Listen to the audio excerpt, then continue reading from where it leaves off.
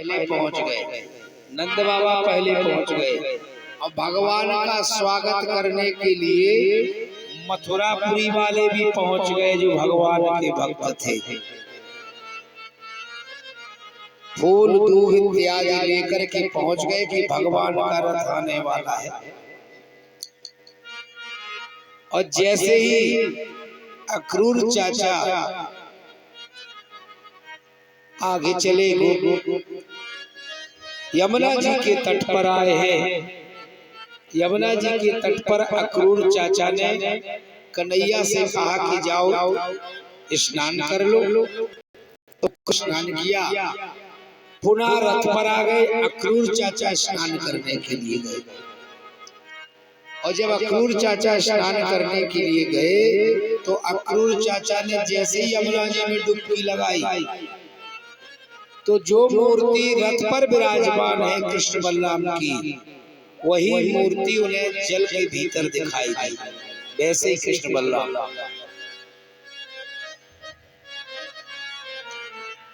तो उन्होंने सोचा, अक्रूर चाचा विचार करने लगे कि भगवान की छवि आंखों में बस गई, इसीलिए जल के भीतर वो दिखाई दे रहे हैं। फिर दूसरा डुबकी लगाई तो फिर वही कृष्ण बलराम दिखाई दिए जल के भीतर। और जहां से तीसरी बार डुबकी लगाई अक्रूर चाचा ने तो चतुर्भुजी रूप में भगवान ने उन्हें दर्शन दिए। शंख चक्र पद्म गदा धारण किए चतुर्भुजी रूप में भगवान ने अक्रूर चाचा को दर्शन दिए जल के भीतर यमुना जी में, कृतार्थ किया। अक्रूर चाचा ने भगवान से प्रार्थना वंदना की। देखो ये भगवान की माया है। और अक्रूर चाचा जल से बाहर निकले यमुना जी के, देखा तो कृष्ण और बलराम रथ पर बैठे हुए हैं। वस्त्र बदल करके रथ की लगाम पकड़ी और चल दिए। जहां पर सभी भक्त गोपी भाई नंद बाबा कन्हैया का इंतजार कर रहे थे, रथ वहीं पहुंच गया और सभी गोपी सखाओं ने, मथुरा के भक्तों ने जहां से कृष्ण और बलराम पहुंचे मथुरा में तो जयकारा लगाई, बोलो कृष्ण बलराम की जय। कृष्ण और बलराम मथुरापुरी में पहुंचे। मथुरापुरी में कन्हैया के भक्तों ने कन्हैया का बड़ा भव्य स्वागत किया, पूजन किया फूल इत्यादि दूध से। और कंस ने भी रुकने के लिए व्यवस्था की थी कि मेहमान आएंगे ना, निमंत्रण दिए हैं तो रुकने की व्यवस्था की थी। तो कृष्ण और बलराम को, नंद बाबा को भी रुकने के लिए स्थान दिया गया। सब वहीं पहुंच गए जहां रहनवासा था, बसेरा था। कन्हैया गए, नंद बाबा गए, गोपी भाई गए। तो कन्हैया बोले, बाबा जब से मेरा जन्म हुआ है हमने इस मथुरापुरी को देखा नहीं है। अगर आपकी आज्ञा हो तो हम मथुरापुरी का अवलोकन कराएं, दिखाएं। नंद बाबा बोले, देखो कन्हैया, जब गोकुल नैया ये मथुरापुरी है, कंस महाराज की नगरी है। ये गोकुल नहीं है कि जी चाहे के घर में चले जाओ, जहां चाहे तुम माखन चुराओ। अगर यहाँ कोई ऊधम करोगे तो यहाँ के सैनिक पकड़ ले जाएंगे और जेल खाने में डाल देंगे। ये कंस महाराज की नगरी है, नंद बाबा कह रहे हैं। कन्हैया बोले, बाबा हम कोई उधम करेंगे नहीं तो कहां से हमें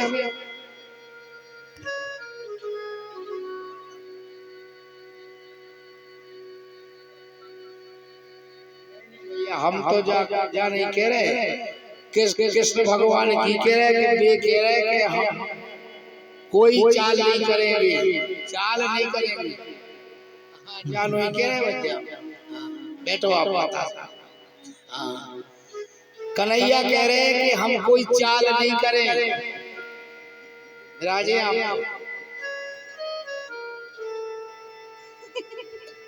हम कोई चाल नहीं करेंगे और हम तो बिल्कुल शांत रहेंगे, ये कह रहे हैं। लेकिन कन्हैया नंद बाबा से कहने लगे, नंद बाबा मैं अकेला थोड़ी जा रहा हूँ, दाऊ भैया जा रहे हैं साथ में। और दाऊ भैया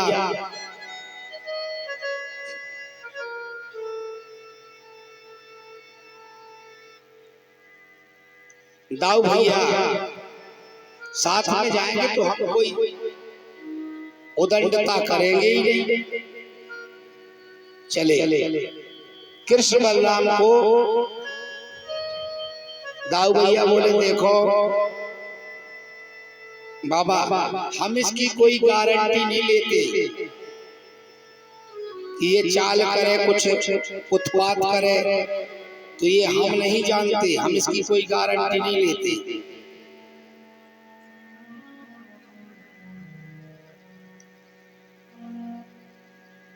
कन्हैया इशारे में कहते हैं बलदाऊ भैया से कि दाऊ भैया इतने दिनों के बाद हमें अपनी मथुरापुरी देखने का अवसर मिल रहा है, क्यों आप बीच में बाधा उत्पन्न कर रहे हैं? आप हाँ कह दो, मथुरापुरी का अवलोकन कराएं।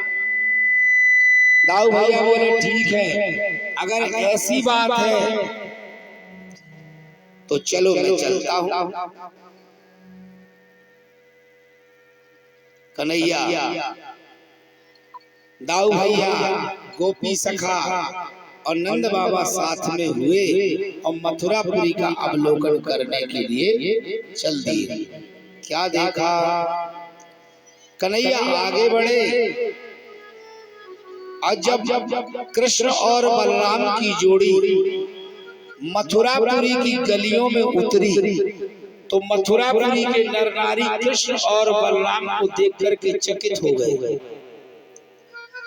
इतनी सुंदर जोड़ी कि देख करके सब चकित हो गए। मथुरापुरी की नारियां कोई छज्जों पर चढ़ गई, कोई अटारियों पर चढ़ गई, कोई खिड़कियों से झांकने लगी।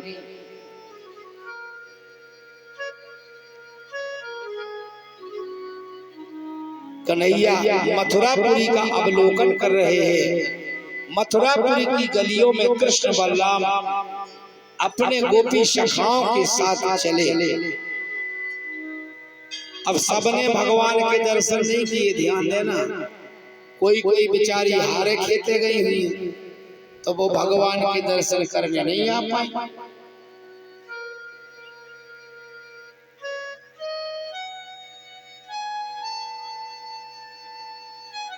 तो जब वो संध्या को लौट के आई तो एक दूसरे से चर्चा कर रही थी, बहन तुम कहाँ गई थी?